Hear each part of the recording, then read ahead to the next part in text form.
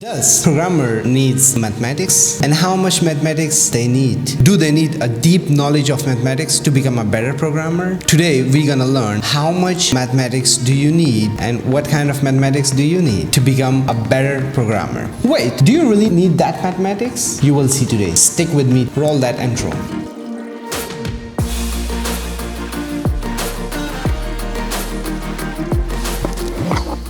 Yes, coffee.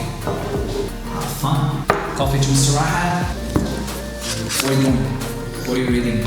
Chinese. I want to learn You reading Chinese. Chinese. Are you ready? Yes. Really? You like it? Yeah, it's amazing. Turn off the lights. Started.